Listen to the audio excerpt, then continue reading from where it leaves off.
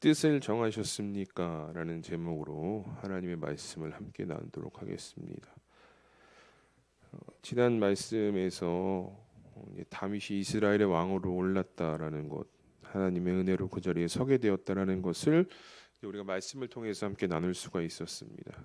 다윗 입장에서는 굉장히 기뻐할 만한 일이었고 하나님의 은혜를 충만히 경험할 수 있는 일이었지만 그 기쁨도 이제 잠시 왕으로서 이제 당면한 과제들을 이제 다윗이 하나하나 해결해 나가야 하는 입장에 서게 되었는데, 이 당면한 과제의 첫 번째는 무엇이냐면 이제 왕권을 어떻게 유지할 것인가가 이제 첫 번째 과제였고요. 이제 두 번째는 이제 철기 문화로 무장했던 이제 대적 블레셋과의 관계가 이제 다윗에게 주어진 과제였습니다. 그러니까 이제 이후의 과제를 이제 하나하나씩 이제 해결해 나가는 다윗의 모습을 보는데, 오늘 본문의 말씀은 이제 첫 번째 과제로 여겨졌던 어떻게 이 왕권을 유지할 것인가, 이걸 이뤄나가는 모습을 보여주고 있는데요. 본문 13절부터 16절은 그냥 어떻게 보면 이제 다윗의 자녀들에 관한 이야기, 자녀들에 관한 소개로 우리가 볼 수가 있습니다. 그런데 이와 유사한 말씀이 앞서 사무엘하 3장에도요 동일하게 기록이 되어져 있는데, 이 다윗이 유다 지파의 왕으로 올랐던 이 헤브론에서 낳은 아들들에 대한 소개가 이제 사무엘하 3장에 쭉 이야기가 나옵니다.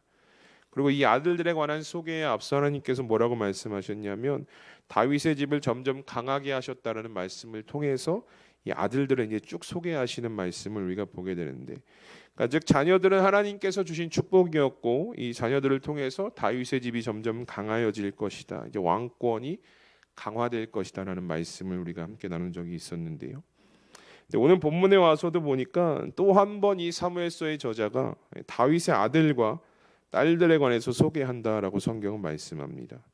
3장에서는 헤브론에서 낳았던 이제 자녀들이었다면 오늘 본문은 예루살렘에서 낳은 자녀들로 이렇게 소개를 하는데, 먼저 본문 13절을 보면요 이렇게 말씀하고 있습니다. 우리 13절 함께 한 목소리로 읽어보도록 하겠습니다. 시작.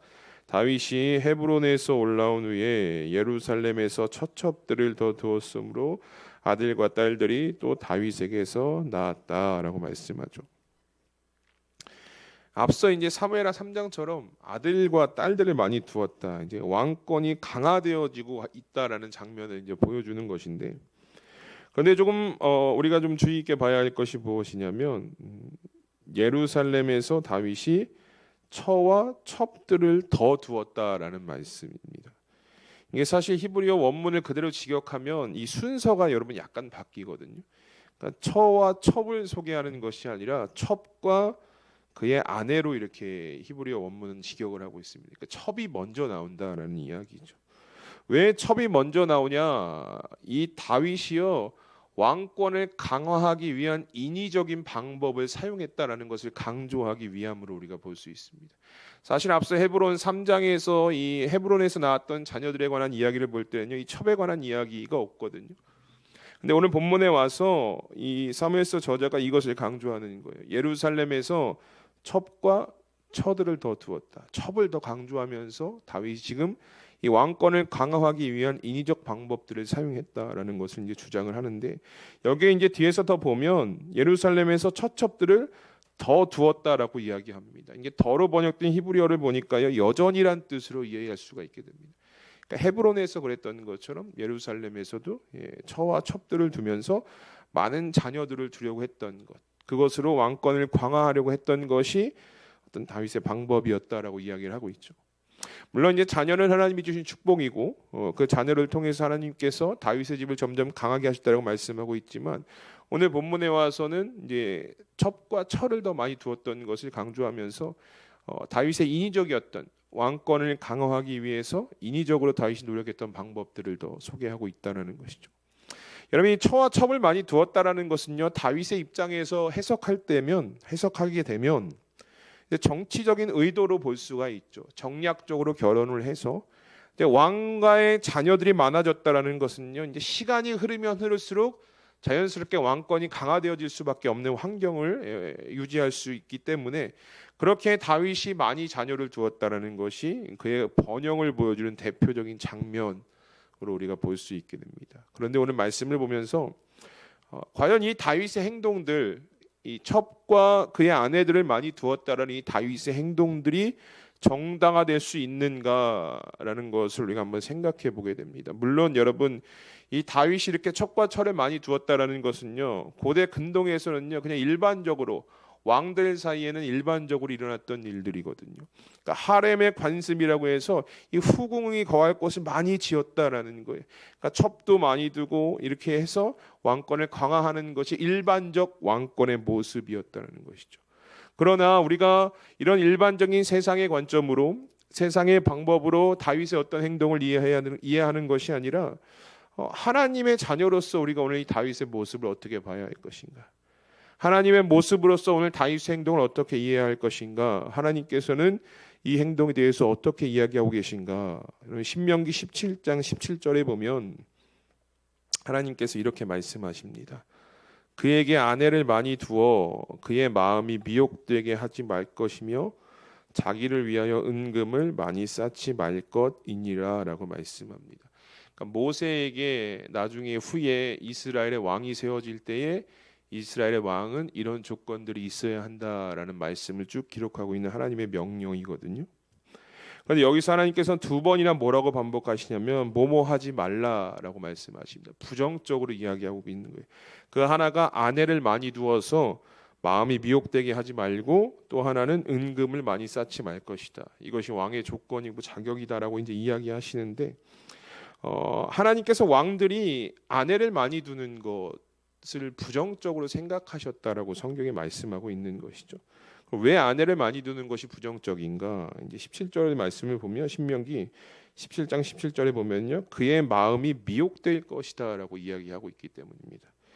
즉 하나님을 섬기는 일보다 이 아내를 많이 둠으로 인해서 다른 우상들에 빠지고 아내에게 빠지고 이런 미혹되는 일들이 일어날 것에 대한 하나님의 경고의 말씀으로 우리가 볼 수 있게 되는데, 물론 이런 폐해는 다윗 때보다 솔로몬 때에 더 명확하게 일어납니다. 아내를 많이 두었다라는 이유만으로 솔로몬 때의 나라가 완전히 이제 무너지는 일이 발생하기도 하는데요. 그래서 하나님께서 이 왕정 시대에 시작하기 전에 모세를 통해서 이 경고의 말씀을 주셨다라는 거예요. 아내를 많이 두지 말고 그의 마음이 미혹되게 하지 말 것이다라는 경고의 말씀을 주신 것인데, 혹자는 이런 이 말씀을 가지고 미혹되지만 않으면 되는 것 아니냐라고 주장하기도 합니다.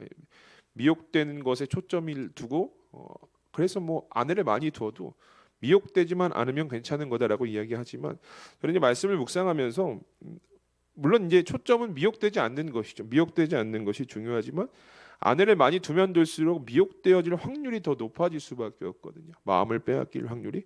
그러니까 아내를 많이 두는 것 자체가 하나님께 주신 경고의 말씀으로 이제 이해할 수 있어야 하는데, 오늘 다윗이요 여러분 헤브론에서 그리고 예루살렘에 와서도요 많은 철을 두고 첩을 두고 사는 것, 여러분 이 모습이요 이 땅에서의 세상에서의 모습으로 보면요 당연한 것이었습니다. 그 당시의 모습은요.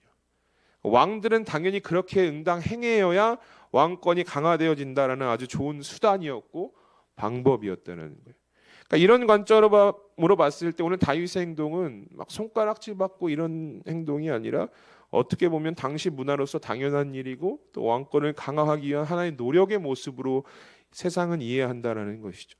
그런데 여러분 오늘 우리가 세상을 살아가는 우리의 모습이 우리의 생각이 어떤 이 다윗의 모습 오늘 행동을 그냥 세상의 흐름, 세상에선 다 저렇게 하니까 저렇게 하는 게 당연한 거니까 이런 관점으로 우리는 봐서는 안 된다는 것이죠.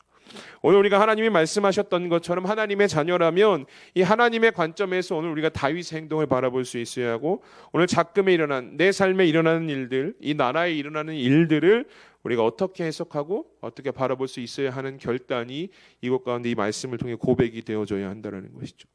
여러분들은 오늘 여러분들의 삶에 일어난 이 모든 상황과 일들을 어떤 방법으로 어떤 관점으로 해석하시고 여러분 그렇게 살아가고 계십니까? 세상에서 행해지는 당연한 방법으로 이해하시고 살아가고 계십니까? 아니면 하나님의 관점으로 바라보시고 하나님의 관점으로 그 상황들을 대하고 계십니까? 얼마 전에 저희 아이들이 집에서 제가 집에 가서 이렇게 앉아 있는데 둘이 쑥덕쑥덕거리는 거예요. 저쪽에 가서 쑥덕쑥덕거리더니 갑자기 둘째 아들이 저한테 와서 이렇게 물어보는 거예요. 아빠 술 마셔본 적 있어? 이렇게 물어보는 거예요. 술 마시는 분도 있으면 물어보는 거죠. 그래서 아니 없어 이랬죠. 전 진짜 없거든요. 그래서 없어라고 하니까 굉장히 고개를 갸우뚱하더니 이렇게 이야기하는 거예요. 얼굴은 되게 술을 잘 마시게 생겼는데 이런 얘기를 하는 거죠. 그래서 굉장히 제 입장에서 억울한 질문이었어요. 왜냐하면 저는 나름 이제 제가 이제 뭐 사회생활을 하면서 사회생활을 하면 이런 자리가 많잖아요. 술을 먹어야 하는 자리도 있고 마셔야 하는 회식 자리도 있고. 근데 제 나름 개인적인 신앙에서 이 방법들을 철저하게 하나님의 뜻이라고 하나님의 방법이라고 생각해서 이 개인적인 신앙에서 지금까지 지켜오고 있었거든요.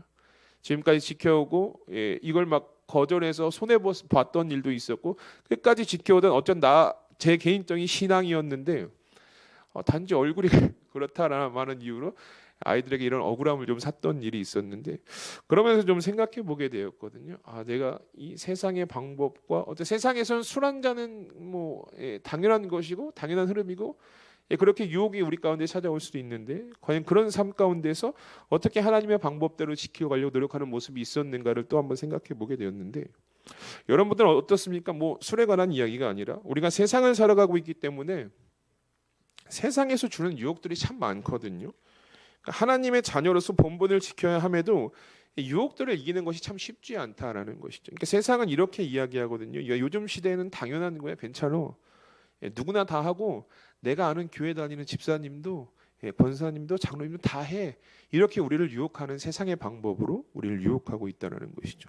이것이 이제 우리의 신앙을 매우 흔들고 하나님의 관점대로 하나님의 방법대로 살아가려는 우리의 신앙을 때로는 유혹의 길로 이끌어 간다는 것이죠. 그런데 이런 상황 속에서 여러분 우리가 반드시 기억해야 할 것 중에 하나가 무엇이냐면 골로새서 2장 6절과 7절에서 사도 바울이 우리에게 뭐라고 말씀하냐면 이렇게 이야기합니다. 그러므로 너희가 그리스도 예수를 주로 받았으니 그 안에서 행하되 그 안에 뿌리를 박으며 세움을 받아 교훈을 받은 대로 믿음에 굳게 서서 감사함을 넘치게 하라라고 이렇게 권면을 합니다. 그러니까 뭐라고 이야기하냐면 그리스도 예수를 주로 받은 자들, 오늘 여기 앉아 계신 여러분들은 그 안에서 예수 안에서 행하는 삶을 살아야 된다. 오늘 말씀을 경우로 보자면 하나님의 관점으로 하나님의 방법으로 이 세상을 살아가야 된다라는 거예요. 세상의 관점과 방법이 아니라 그리스도를 주로 받은 자들은 그 안에서 예수 그리스도 안에서 행하는 믿음을 가지고 살아가야 한다라고 권면을 하고 있는 것이거든요. 더 나아가서 뭐라고 얘기를 하냐면 그 예수 그리스도 안에서 뿌리를 받고 세움을 받아서 믿음에 굳게 서서 살아가는 것이 그리스도인의 삶의 방법이요 모습이다라고 강조를 하고 있는 것이죠. 여러분 우리는요 예수 그리스도를 주로 고백하면서 지금 이 자리에 앉아 계신 분들입니다. 그리고 예수 그리스도 안에 뿌리를 내린 자들이고요. 또 예수 그리스도로 인해 세움을 입은 자라는 것이죠.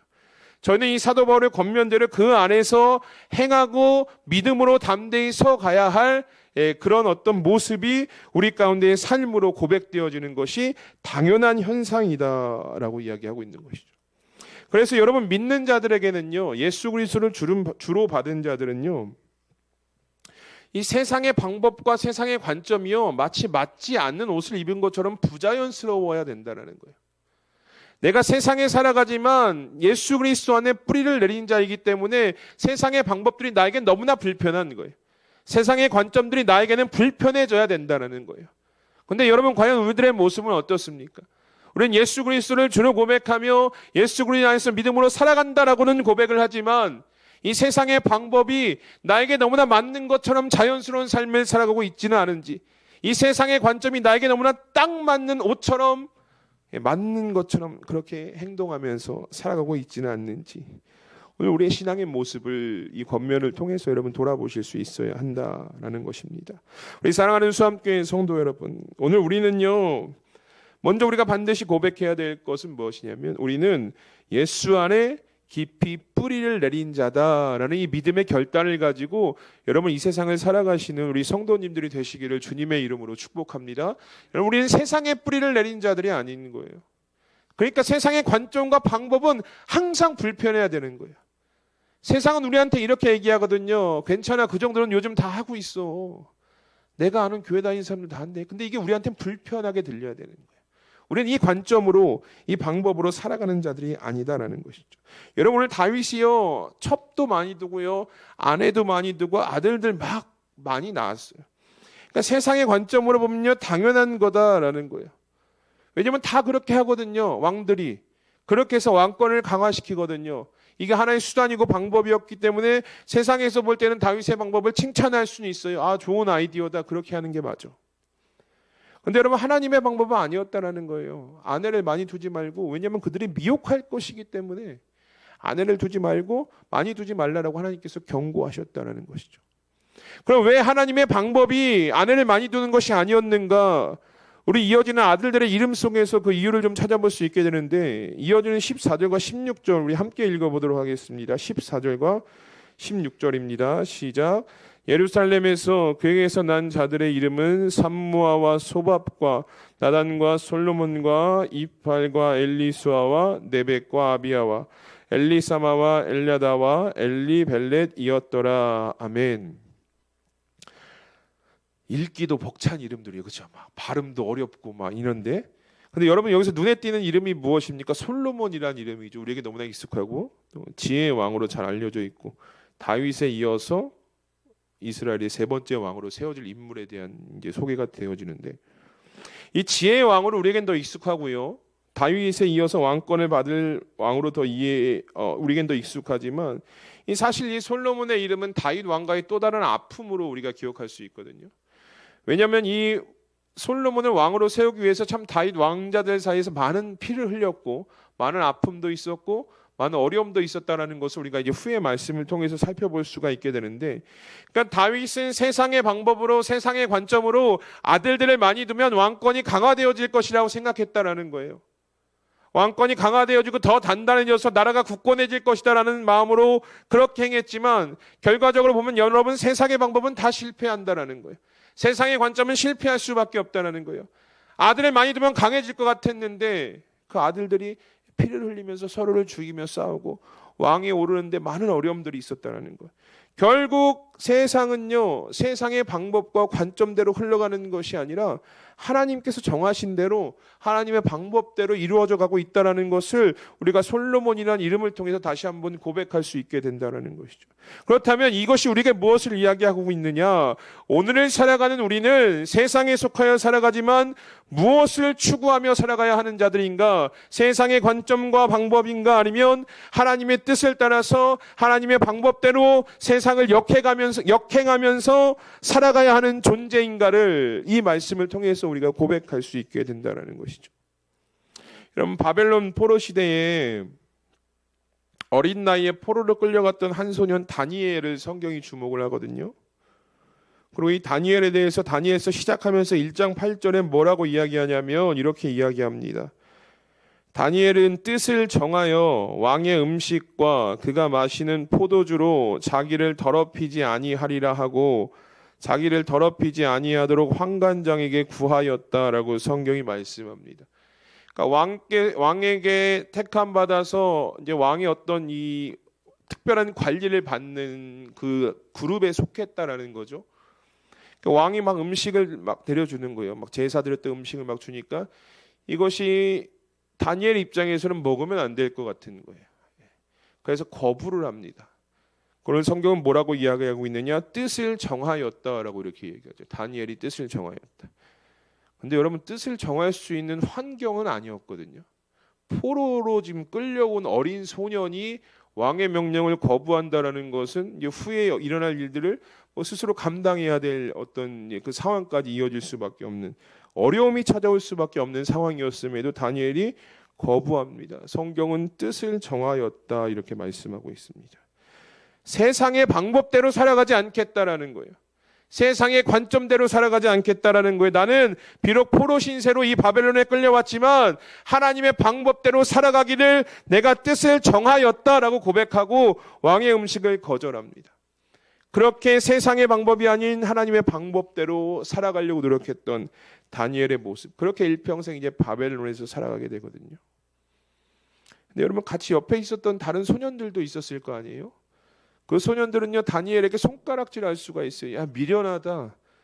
너만 특별하냐? 이렇게 이야기할 수 있어요. 야, 우리도 특별해. 근데 우리는 어쩔 수 없이 이렇게 하니까.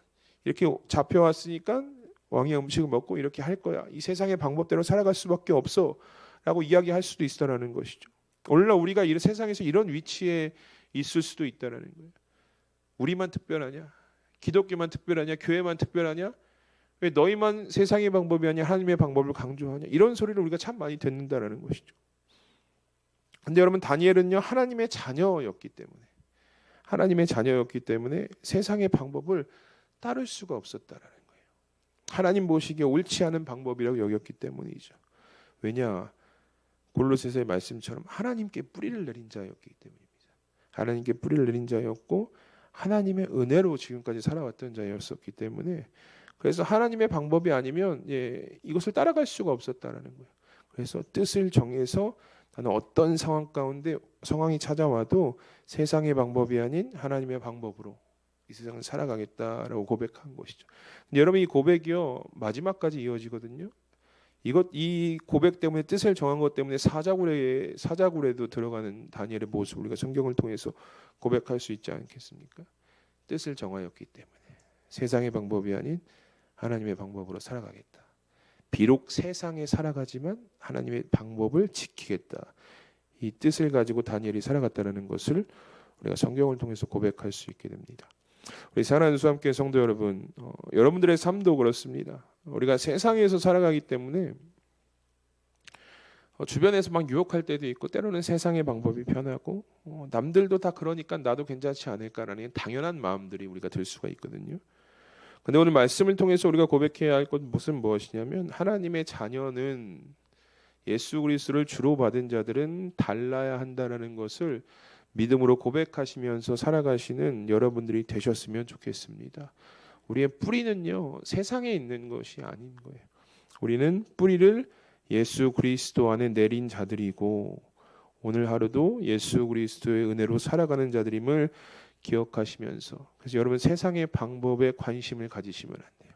세상의 소리에 귀를 기울이시는 것이 아니라 다니엘처럼요, 뜻을 정하셔서 나는 비록 세상에 살아가지만 하나님의 자녀다, 하나님의 방법으로 살아가겠다라고 뜻을 정하시고 철저하게 하나님의 방법대로 이 땅 가운데서 구별되어 살아가시면서 하나님의 은혜를 도우시는 그 하나님의 은혜를 삶에서 충만히 경험하시는 우리 성도님들의 삶이 되시기를 주님의 이름으로 축복합니다.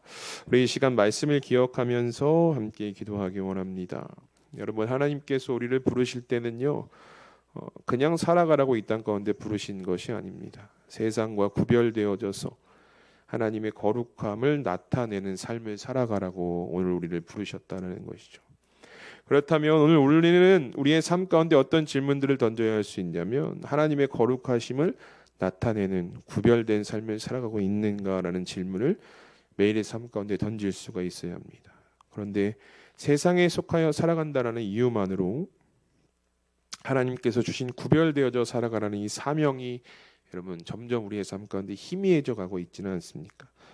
우리가 이 시간 함께 기도할 것은, 여러분, 우리가 세상의 방법이 아닌 하나님의 방법으로 이 세상을 살아갈 수 있도록 주님 우리에게 지혜와 능력을 더하여 주시옵소서. 여러분, 우리가 하나님께 마음을 두고 뜻을 정하면 하나님께서 그냥 무관심하게 두시지 않으시고요, 우리 그렇게 살아갈 수 있도록 힘도 주시고 능력도 주시는 분이심을 이 시간 기억하시면서 이렇게 믿음으로 결단하시는 시간들이 되었으면 좋겠습니다. 하나님, 오늘 하루의 삶 가운데에, 앞으로의 삶 가운데에 세상과 철저히 구별되어지고 마음의 뜻을 정해서 하나님의 방법대로 이 세상을 살아가는 성숙한 그리스도인의 모습으로 이 세상을 살아갈 수 있도록 인도하여 주시옵소서라고 오늘 말씀을 기억하면서 우리 이 시간 함께 기도하며 나가겠습니다. 다 함께 기도합니다. 하나님, 감사합니다. 오늘 다윗이 왕권을 강화하기 위해서 많은 아들과